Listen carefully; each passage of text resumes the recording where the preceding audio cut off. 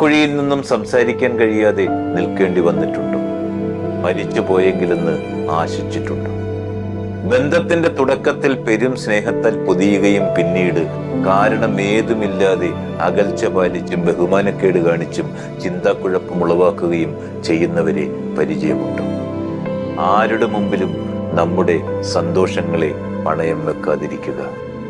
പറയാതെ പറഞ്ഞൊഴിവാക്കാനും പുതിയ സാഹചര്യങ്ങൾ വരുമ്പോൾ മാറി ചിന്തിക്കാനും മനസ്സുള്ള മനുഷ്യരുടെ കാലമാണിത്. നമുക്ക് നമ്മളെ ഉള്ളൂ എന്ന ചിന്ത കരുതി വെക്കുക. യാചിച്ചു കിട്ടുന്ന സ്നേഹത്തിനും ബന്ധത്തിനും മുതിരാതിരിക്കുക. അജ്ഞാതമായ ഇടങ്ങളിലേക്കുള്ള അതിസാഹസികമായ ഒരു യാത്രയാണെന്ന് ജീവിതം. വഴി തെളിക്കുന്നവരെക്കാൾ വഴി മുടക്കുന്നവരാകും ജീവിതത്തിൽ കണ്ടുമുട്ടുന്നതിൽ ഏറെ.